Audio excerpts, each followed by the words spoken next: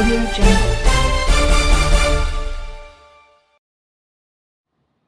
This is High Tech News TV News. Uniting for Hope Thalassemia Welfare Society host awareness event with actress Suhasini Maniratnam.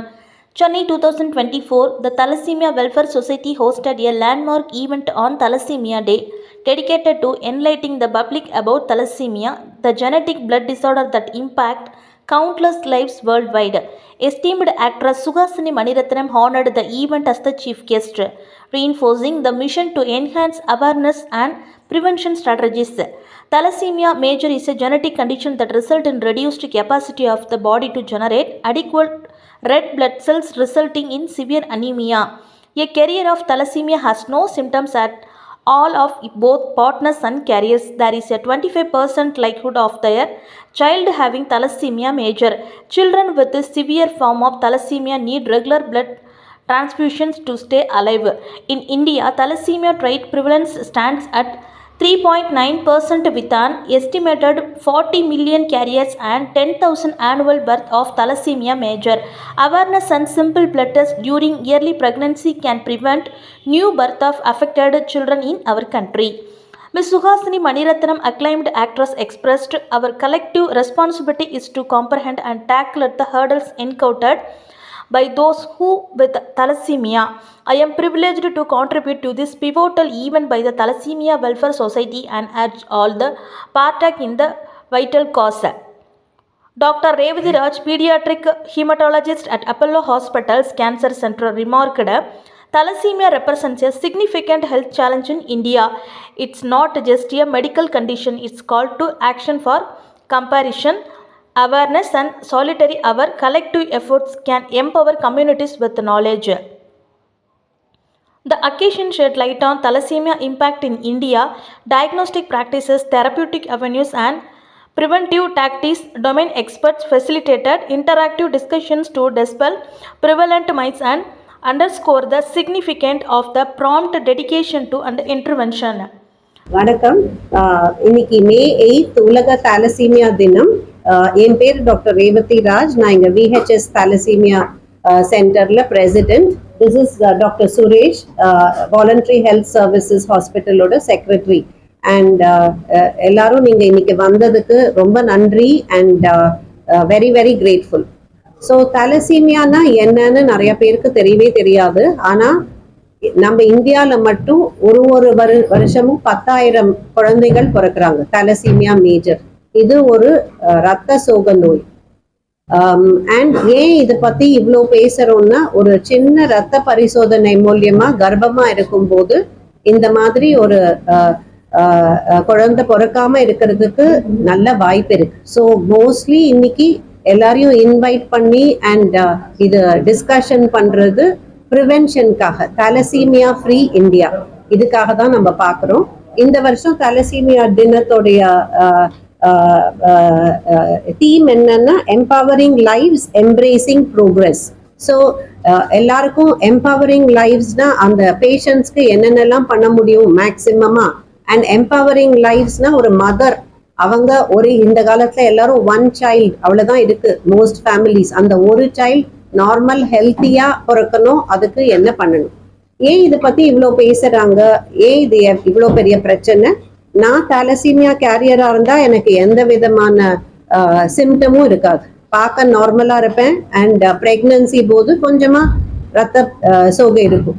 எனக்கு நான் thalassaemia கேரியரா இருந்து என்னோட பார்ட்னருக்கும் thalassaemia carrier இருந்தா அது 25% chance இருக்கு இந்த ரெண்டு பழுதுள்ள ஜீன்ஸும் ஒரு பேபிக்கு போறது.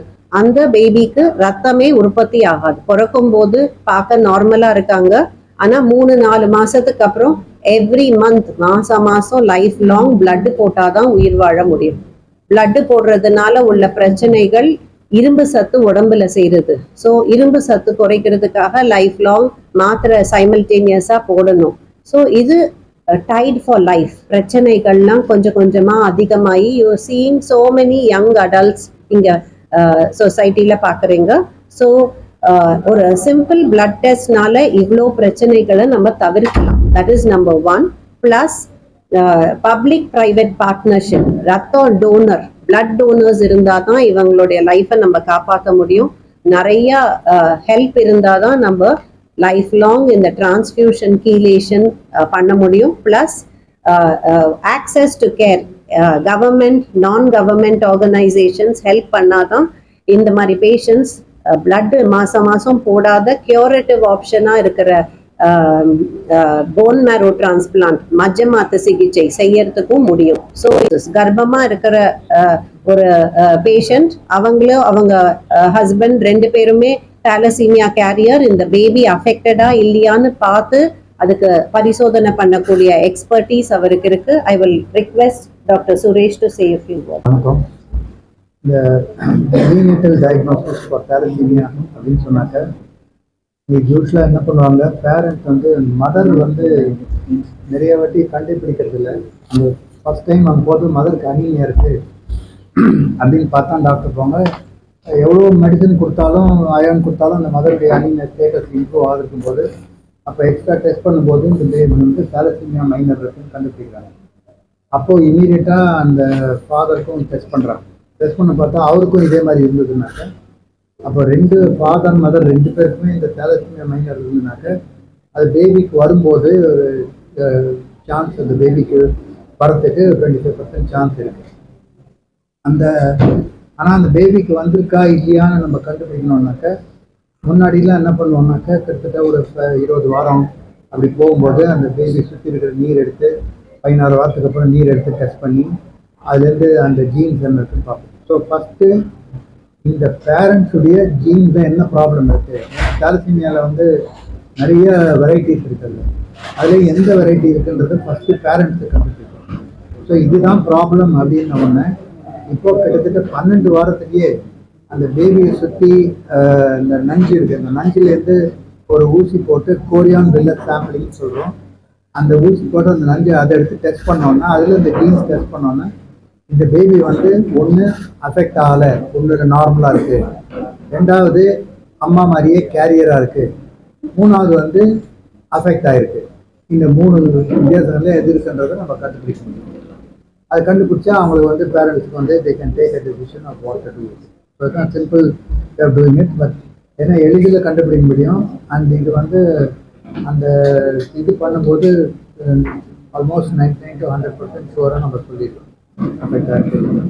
I want to request Arvind's father, ஏன்னா அவங்க ரொம்ப கஷ்டப்பட்டு அந்த காலத்திலேயே டாக்டர் சுரேஷ் ஹெல்ப்ல அவங்களோட எக்ஸ்பீரியன்ஸ் வித் ப்ரிவென்ஷன். இப்போ நீங்க பார்த்தீங்கன்னா அவர் வந்து he's a carrier of thalassemia, அவங்க ஒய்ஃபும் she's a carrier of thalassemia. ஆனால் அதை பற்றி அவங்களுக்கு தெரியாது. ஸோ pregnancy போது கவுன்சிலிங் பண்ணி first child affected with thalassemia. So second வராம தடுக்கிறதுக்கு என்ன பண்ணாங்க and how difficult it was. How many years ago? 1994. And இப்போ இந்த current 2024ல அதெல்லாம் எவ்வளோ ஈஸியா இருக்கு, அதை பத்தி பேசுவோம். என்னுடைய சன்னுக்கு தாலசீமியா மேஜர்னு டயக்னைஸ் பண்ணாங்க. அவன் ட்ரீட்மெண்ட் எடுத்துகிட்டு இருந்தான், பிளட் டிரான்ஸ்ஃபியூஷன் அதெல்லாம் பண்ணிகிட்டு இருந்தோம். அப்புறம் செகண்ட் சைல்டு கன்சீவ் ஆகிருக்குன்னு சொன்ன உடனே doctors advice to have prenatal diagnosis. 1994 இப்போ இருக்கிற அளவுக்கு சௌகரியங்கள் அப்போ கிடையாது. டாக்டர் சுரேஷ் அவருடைய மெடிஸ்கேன் தான் அப்போ லாய்ட்ஸ் ரோடில் இருந்தது. I remember very well. அப்போது நாங்கள் போய் சாம்பிள் கொடுத்து அந்த ஜெனட்டிக் ட்ரீ எல்லாம் அங்கே போட்டு அப்போ வந்து சாம்பிள் எடுத்து all India institute of medical science டெல்லிக்கு தான் அனுப்புவாங்க. இங்கே சென்னையில் கூட அப்போ அந்த ஃபெசிலிட்டி கிடையாது. அனுப்பிச்சு அங்கேருந்து எனக்கு I got the news that my wife can continue the pregnancy, the child will not have any problem அப்படின்னு சொன்னாங்க. அதுக்கப்புறம் ஷி கண்டினியூட் அண்ட் ஒரு ஃபீமேல் சைல்டு பிறந்தது. No we are happy. And முன்னாடியெல்லாம் வந்து எப்படின்னாக்கா ஃபஸ்ட்டு சைல்டு இருந்தால் தான் பார்க்கணும் அப்படின்னு ஒரு கான்செப்ட் இருந்தது நிறைய பேருக்கு. இப்போ அப்படி கிடையாது. கல்யாணம் ஆகி கன்சீவ் ஆனாலே தாலசீமியா ப்ரீநேட்டல் டயக்னைஸ் பண்ணுறது நல்லது அப்படிங்கிறது என்னுடைய opinion. Thank you. Thank you so much. So every month blood transfusion போடணும். அதுக்கு ஏற்ற மாதிரி சைட் பை சைட் கீலேஷன், இரும்பு சத்து குறைக்கிறதுக்கு மெடிசன்ஸ் போடணும். அண்ட் இதெல்லாம் பண்ணி யங் அடல்ட் ஆகி இப்போ நமக்கு ஸ்கூல் போகணும், காலேஜ் போகணும், அண்ட் கல்யாணம் பண்ணணும், இதுலெல்லாம் every step there are challenges. So I want to request mister Kannan as a parent, so many years அவர் தான் நம்ம பேரண்ட் குரூப்புக்கு லீடரா இருந்திருக்காரு. ஸோ அவர் வந்து he will share his thoughts. நமக்காக ஸ்பெஷலா வந்திருக்காங்க. we are so grateful to you because நம்ம இப்ப டிஸ்கஸ் பண்ணிருந்தது about awareness about thalassemia and test பண்ணா pregnancy போது டெஸ்ட் பண்ணா prevention பண்ணலாம். இந்த மெசேஜஸ் எல்லாம் she wanted to be part of our group and raise awareness. We are so grateful to you for coming here and thank you so much, and your presence makes a world of difference. Okay. So yeah, thanks. அவங்க சொல்றதை விட பெட்டரா என்னால சொல்ல முடியாது. ஆனா எனக்கு ஒரே ஒரு குவாலிஃபிகேஷன் என்னன்னா, எவ்ரி 6 months நான் வந்து பிளட் டொனேட் பண்றேன் தலசீமியா பேஷண்ட்ஸ்க்காக. இன் சென்னை வாலண்டியர்ஸ் ரிங்கு மெச்சேரி அவங்க வந்து ஆர்கனைஸ் பண்ணுவாங்க. அது கிட்டத்தட்ட ஒரு 4-5 வருஷமா தான் எனக்கு வந்து தலசீமியானா என்னன்னே தெரியுது. அவங்க வந்து சொல்றாங்க, சில்ட்ரனுக்கு வந்து மாசத்துக்கு ஒரு வாட்டி பிளட் டிரான்ஸ்ஃபியூஷன் பண்ணணும் அப்படின்றதே வந்து இப்படி ஒரு ஒரு ஒரு கண்டிஷன் இருக்கு. இது டிசீஸ் சொல்லக்கூடாது, இது கண்டிஷன் தான் சொல்லணும். அது இருக்கு அப்படிங்கிறதே வந்து எனக்கு ஒரு 4-5 இயர்ஸா தான் தெரியும். ரெகுலரா 6 மாசத்துக்கு ஒரு தடவை, ஏன்னா என்னோட ஏஜுக்கு 6 மாசத்துக்கு ஒரு தடவை தான் பிளட் கொடுக்க முடியும். 3 மாசத்துக்கு ஒரு தடவை கொடுக்க முடியாது.